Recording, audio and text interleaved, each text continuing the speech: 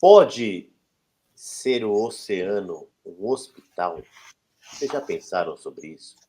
É possível que, enquanto nós estamos dormindo, sejamos levados por benfeitores espirituais para recebermos tratamentos à beira-mar? E qual é o limite entre esta medicina da alma e a medicina terrena? Hoje, no Diálogos Médicos, nós vamos explorar um verdadeiro centro de terapia espiritual, onde a energia do mar, o magnetismo do oceano são verdadeiros instrumentos de cura. Mas nós vamos ver também que nem toda a doença tem cura. A cura não é simplesmente um único destino, a ausência da doença no corpo físico. Fique conosco e você vai compreender melhor. Nós estamos de volta com o programa Diálogos Médicos. Seja muito bem-vindo, muito bem-vinda. Este que é um programa da Associação Médico Espírita de São Paulo.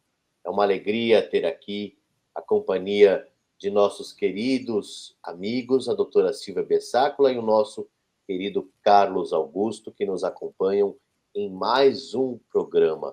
A boas-vindas de vocês, queridos. Muita alegria de estar aqui com os meus amigos queridos. Recentemente a gente esteve junto no MedNesp, o maior congresso, né, do mundo, eu diria, né, que falou muito sobre medicina e espiritualidade. Eu convido a vocês, se puderem ter acesso ao nosso material, né, e não é um material somente para médico, mas pode ser para os leigos, para pessoas da área da saúde, e que nos fizeram entender muito sobre, inclusive, essas questões que a gente está conversando hoje. Olá a todos, é uma satisfação estar aqui novamente. Eu faço minhas as palavras da Silvia, o Mednesp foi fantástico e todo o conteúdo está disponível não só desse Mednesp, mas de vários Mednesps anteriores e mais um monte de coisa no site Saúde e Espiritismo, saudeespiritismo.tv, saudeespiritismo.tv, é a plataforma de vídeos da AME Brasil, onde tem um acervo grande de material, inclusive todo o conteúdo desse último Mednesp, que foi fantástico. Carlos, só para a gente concluir, lembrar o pessoal, é saudeespiritualidade.tv. Saudeespiritualidade.tv para as pessoas. Mas fica também aqui o convite para que vocês possam se manter conectados ao movimento médico espírita através da Associação Médico Espírita de São Paulo, no www.amesaopaulo.org.br e nas nossas redes sociais, no YouTube, no Instagram e no Facebook. Muito bem, para você que está nos acompanhando, você vai se lembrar que na última semana nós analisamos então o capítulo 4 do livro, que tem o título bastante profundo, que é a senda de provas, as provas que vão chegando na nossa vida e nós vamos tendo que aprender com elas, muitas vezes provocadas por nossas escolhas, por nossos pensamentos. E nós mergulhamos no drama da história da Zulmira, que vivia aquele processo de culpa, acoplado à questão obsessiva de Odila, e o Carlos, no último programa, falou muito bem, tendo como pedra fundamental disso o sentimento que as duas nutriam, o mesmo sentimento, o sentimento de ciúme. Nós vimos como o ressentimento da omissão da morte do sentimado Júlio criou para a Zulmira uma sintonia desde um tormento e uma perseguição espiritual pela Odila, na primeira esposa, né? E nós entendemos também que perante a lei divina, a responsabilidade da Zulmira estava, sim, na sua intenção. Não no ato físico, mas na sua intenção, que era, em grande parte, uma necessidade dela rememorar os seus pensamentos que levaram ela até lá. Agora, nesse capítulo 5, André Luiz nos leva para um cenário completamente diferente do que a gente pudesse imaginar. Eu tenho certeza que nós vamos sair daqui pensando de uma forma diferente a nossa relação entre essa movimentação espiritual que acontece. eu vou aproveitar para já colocar aqui no papo os nossos queridos amigos e pedir para o Carlos. Carlos, conta para a gente, afinal de contas, que movimentação espiritual estava acontecendo ali na orla do mar? Que lugar é esse? O que aconteceu ali? O mar é uma bênção, o lugar agradável. A gente sente muito prazer quando a gente está perto do mar, não é? Mas não é à toa que essa sensação de bem-estar chega para a gente. Porque o mar carrega consigo uma energia de cura muito grande. Quer dizer, é um manancial, não é? De energias boas. Então, é muito comum que a espiritualidade num processo de cura ou num processo de tratamento, né, leve em momento de desdobramento, em momento do sono do corpo físico, né, leve as pessoas à beira-mar, porque aí ele pode aproveitar toda essa energia e reverter em benefício desse paciente, né? Então, toda vez que a gente tiver a oportunidade de tomar um banho de mar, e se a gente lembrar de agradecer aos céus por essa bênção da gente estar lá nessa imensidão de água, é muito legal. Eu recomendo. E é interessante, né, Carlos? Porque a gente adentra nesse capítulo vendo que Odila e Zulmira, por conta do próprio episódio da morte do Júlio, elas voltam àquele lugar se degladiando e aí André Luiz começa a descrever para a gente o que estava acontecendo lá. É uma imagem muito poderosa, né, Silvia? Eu até fui pesquisar e a medicina já reconhece, há muito tempo, inclusive, os benefícios terapêuticos do ambiente marinho. É conhecido como a talassoterapia. Mas o livro fala de algo mais profundo que eu queria te ouvir, que fala para a gente que, através daquela presença ali junto ao mar, é importante que a gente diga isso, existe um tratamento mais profundo, um tratamento no perispírito. Será que a gente pode, então, traçar um paralelo entre a importância de um ambiente com tanta vida, um ambiente tão saudável, um ambiente com tanta energia, como o Carlos colocou, para a nossa recuperação física, né? O que está sendo contado para a gente aqui, também nesse nível espiritual, nesse tratamento junto ao mar? Do ponto de vista físico, né, falando brevemente, a gente sabe que o mar ele tem as condições de nos trazer um oxigênio puro, um oxigênio que ele é junto com aquelas gotículas que ficam ali bem em cima, né, das condições das ondas, nós podemos receber esse oxigênio de uma maneira salutar, né? Da forma mais pura, como se fosse o sopro do Criador, penetrando os nossos pulmões, né? E através da nossa corrente circulatória, levando toda essa condição para as nossas células, que atingem não somente as células físicas, mas também atingem as nossas células perispirituais. E à medida que elas atingem as células perispirituais, através do chácara cardíaco, a gente consegue, com esses banhos de mar, diminuir a nossa frequência cardíaca, diminuir a nossa pressão arterial, né? Uma outra coisa importante também é que o próprio barulho do mar, ele nos leva a uma contemplação, a uma meditação e a uma estimulação do nosso córtex pré-frontal, que a gente já estudou no mundo maior, que é a casa mental primeira, né, a terceira casa mental, onde a gente tem uma ligação direta com a divindade. Então, ela nos conecta de maneira a que possamos receber o necessário para que exista realmente uma cura perispiritual, né? Então, a gente vê a beleza e a necessidade desses tratamentos, né? E o quanto isso vai ajudar as nossas as irmãs. Mas a gente também tem que entender uma coisa, que vai depender do quanto essas irmãs estão disponíveis para esse tratamento. Porque se houver uma refratariedade, né, como é que vai fazer? É isso. Mas é muito bonito a gente ouvir a Silvia falando, uma especialista em oxigênio, não se esqueçam disso, né? Amo meus pulmões. Então já fica aqui a prescrição da doutora Silvia para que a gente possa se refazer, né, com oxigênio puro. Mas é uma conexão muito fundamental e nós sentimos isso na alma. E me chamou muito a atenção que ali, junto da Odile e da Zulmira, haviam outros casos que estavam sendo levados, e esta é a beleza realmente do tratamento enquanto nós dormimos, né?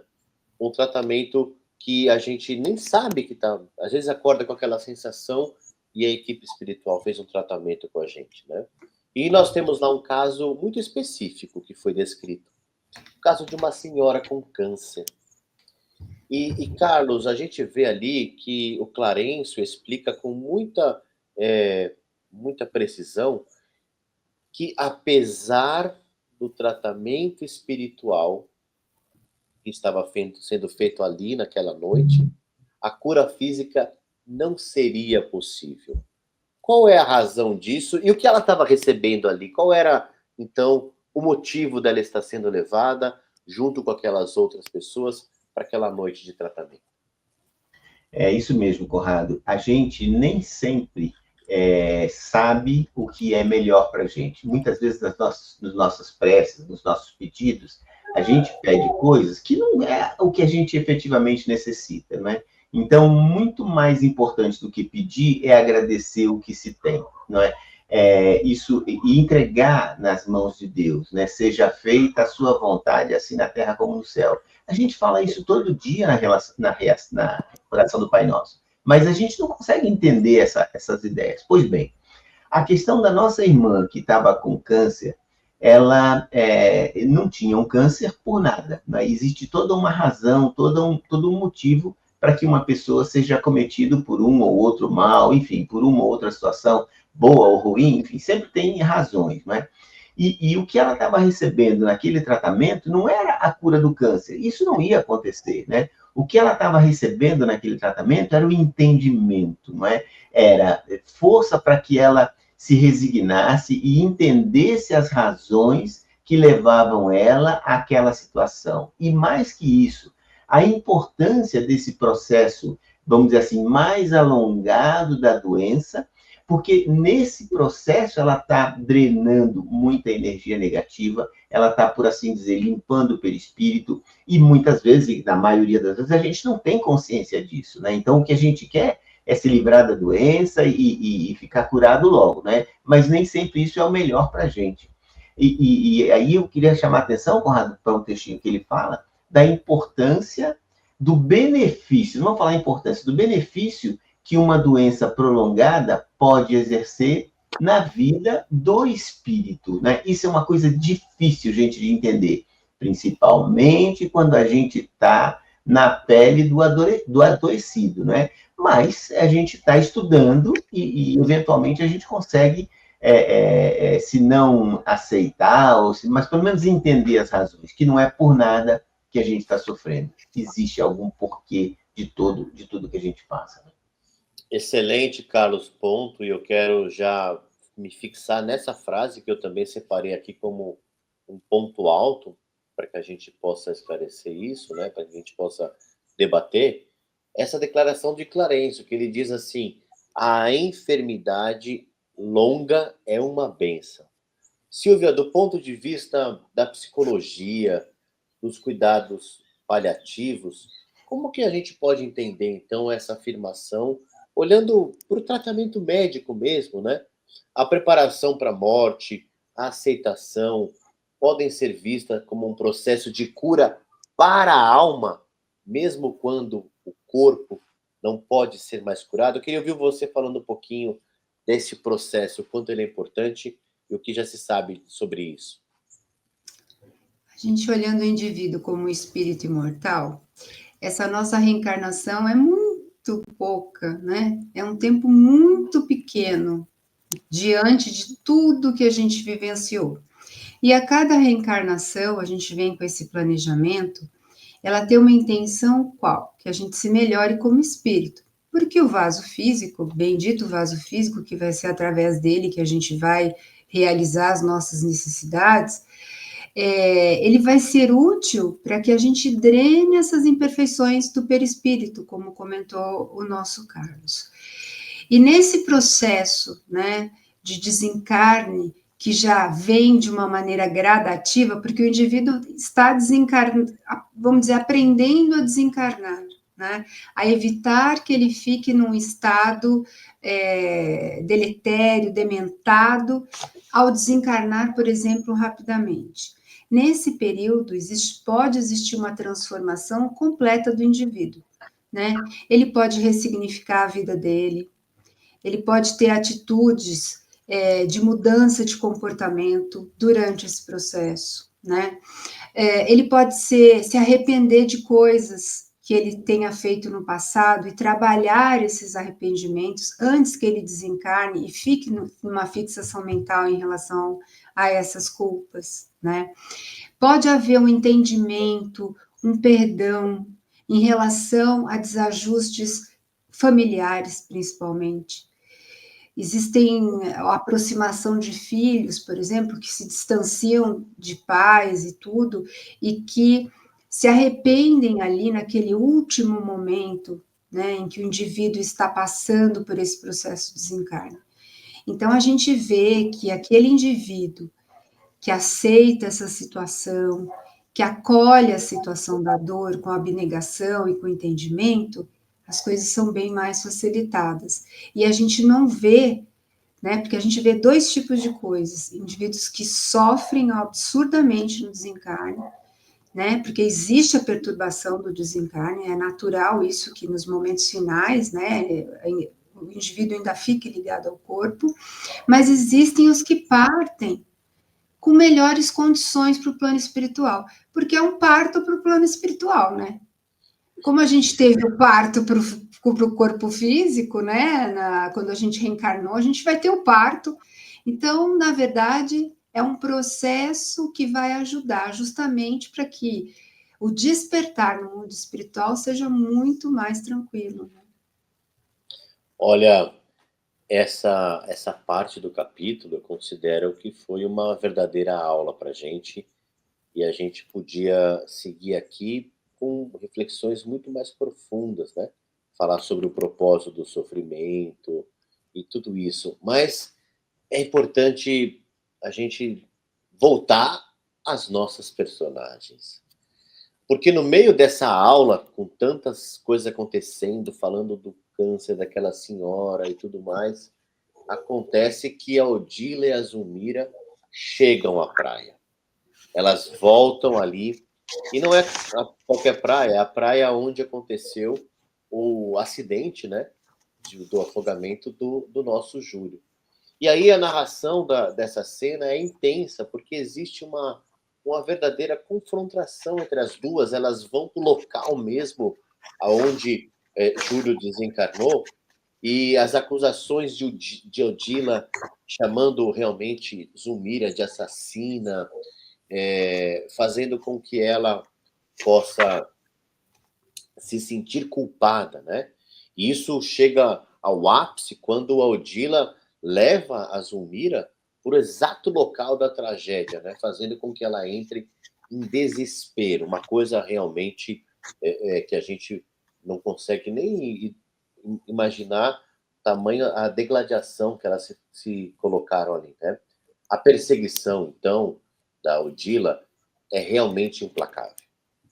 E aí a gente entra numa outra questão que é importante a gente trazer como ensinamento desse processo que nós vimos no capítulo anterior, que ele estava ali alicerçado no complexo de culpa da Zulmira, no ciúme da Odila, no ciúme da Zulmira, e existia ali uma questão patológica do ponto de vista psíquico, mas também uma obsessão espiritual. E quando tudo isso acaba se agravando, o resultado físico em Zulmira é imediato. E aí, Carlos, a gente vê que a cena termina com a Zulmira despertando em casa num verdadeiro colapso nervoso, né? Com dispneia, o coração acelerado, e como um pesadelo ou uma experiência fora do corpo que acontecia. E aí eu quero trazer para você. Então quer dizer que essa experiência que ela estava vivendo enquanto desencarnada durante a noite pode trazer sintomas físicos tão agudos e tão reais para ela? Conrado, eu diria que sim, claro que sim. Quando eu estava lendo esse trechinho, eu fiquei pensando, acho que todo mundo, né? Mas eu te falo por mim. A gente já teve pesadelo, né? Pesadelo de estar sendo perseguido por alguém que muitas vezes a gente nem sabe quem é. É um monstro, é um homem, é uma pessoa, não é? E a gente não tem a consciência de que se conhece ou não conhece aquela pessoa. É um estranho. Mas a gente é tomado por um pavor, por um medo tão grande, e aquela sensação de não consegue fugir, e de corre, corre, e o monstro está correndo atrás, não é? Então, eu acho que é uma sensação muito ruim, não é? E aí, dependendo do grau, do nível desse envolvimento, a pessoa pode sim ter taquicardia, acordar encharcada de suor e dar graças a Deus que acordou, que era um sonho, né? Isso pode mexer sim com a cabeça da pessoa, principalmente se é uma coisa recorrente, né? Se você tem esse sonho, você fica até com medo de dormir, né? Ou não, eu não quero dormir porque eu vou acabar sonhando, vou acabar tendo esse pesadelo, sem a consciência de que isso é um processo obsessivo, né? Mas é um acerto de contas que a gente criou essa conta. E aí, eu vou colocar uma pergunta. Será que a partir desse conhecimento que a gente está adquirindo nesse capítulo, sobre esse episódio especificamente, na próxima vez que a gente tiver um pesadelo, pensa aí, na próxima vez que a gente tiver um pesadelo de perseguição, será que a gente poderia dizer assim, meu amigo, eu peço perdão. Eu peço perdão por alguma coisa que eu possa ter feito para você por favor, aceite as minhas desculpas. Será que isso poderia ajudar? Será que a gente teria coragem e serenidade para fazer isso, tomado de pavor, tomado de medo? São reflexões que ficam para vocês responderem. É uma reflexão que eu acho que demanda uma consciência bastante trabalhada, né, para a gente fazer isso. Desenvolvida, né? Vai ser evoluído assim lá longe, né? Porque o que é legal a gente trazer disso, né, é que a Silvia colocou a questão do mundo maior, quando a gente tem lá com o Calderaro toda a explicação dos nossos andares da casa mental, né? O que acontece quando a Zulmira desperta é uma resposta do cérebro dela a um processo de uma luta e fuga. Ela estava fugindo de um ataque ali da Odila, né? E o que o corpo... E vejam que interessante, né? Para materialistas, este momento do sono físico é uma secreção da mente em que ela vai e cria essas situações. E nós estamos olhando sob o ponto de vista espiritual que o espírito da Zulmira recebe o impacto e, a partir de receber esse impacto, ela causa reações no corpo físico. Vejam que interessante. A consciência dela fora do corpo físico, lá na praia, se degladiando com Odila, numa necessidade de fugir, numa necessidade de se defender. Quando ela volta, ela tem ataques de pânico. Então, o cérebro dela, físico, processou essa experiência percebida no sono, desencadeando reações fisiológicas violentas, né? Que afetaram até a questão do sistema respiratório, sistema cardiovascular aí. E aí, Silvia, o que dá para a gente ter certeza é que a mente e o corpo são inseparáveis.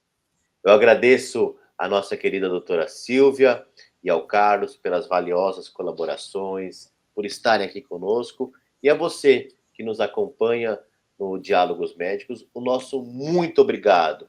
Lembrando a você a continuar nos seguindo nas redes sociais. E na próxima semana, vamos continuar e acompanhar o desfecho desse drama. O que vai acontecer com a Zulmira, gente, depois desse colapso, depois do amparo do Clarencio nela. Um ótimo uma ótima semana, um grande abraço, fiquem em paz, fiquem com Deus.